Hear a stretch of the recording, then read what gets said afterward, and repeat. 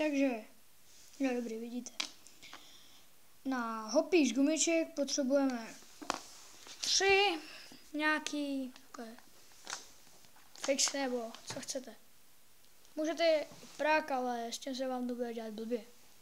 Nejdřív si to asi propletu, nebo ne asi, určitě propletu takhle na to asi vidíte blbě.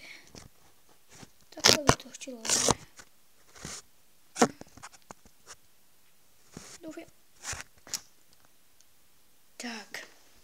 Na hopíš gumiček potřebujeme gumičky, to je jasný, ale vezmeme si takhle 2 fixy, dáme si tam jednu, za chvilku vidíte proč.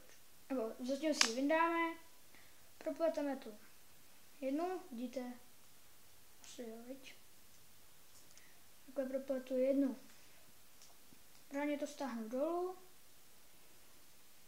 a naflákám tam plno dalších.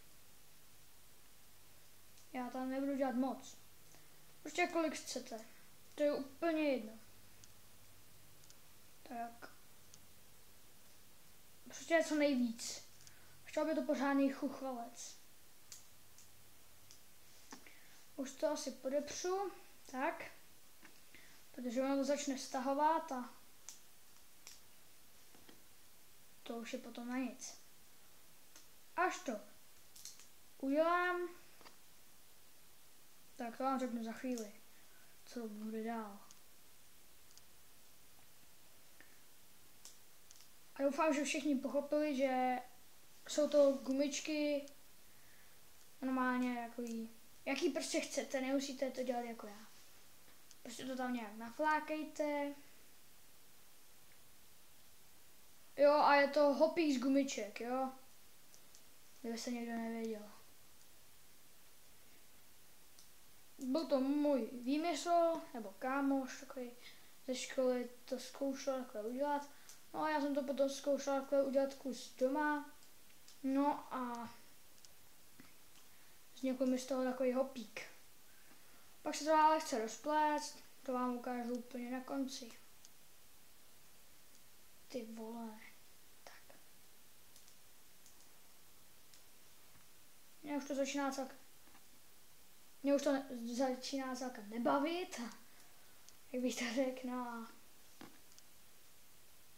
Mě už to přestává bavit. To gumičkování je to strašný. Mě to ani nebyla. Ale prostě tenhle vlog se vám musí líbit. Až to doděláte,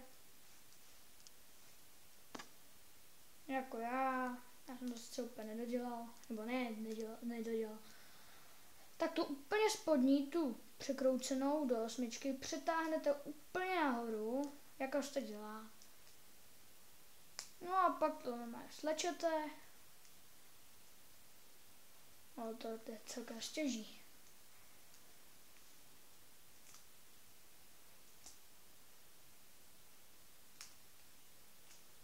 No a máte z toho něco takového prostě. No, funguje to celkem jako hopík. Ono by to chtělo víc gumiček, ale prostě ono to potom vypadá líp a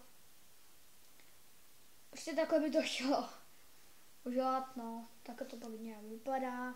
Chtěl by to akorát trochu víc gumiček, aby to bylo pořádně chuchvatý a potom si ještě můžete prostě hrát jako s hopíkem.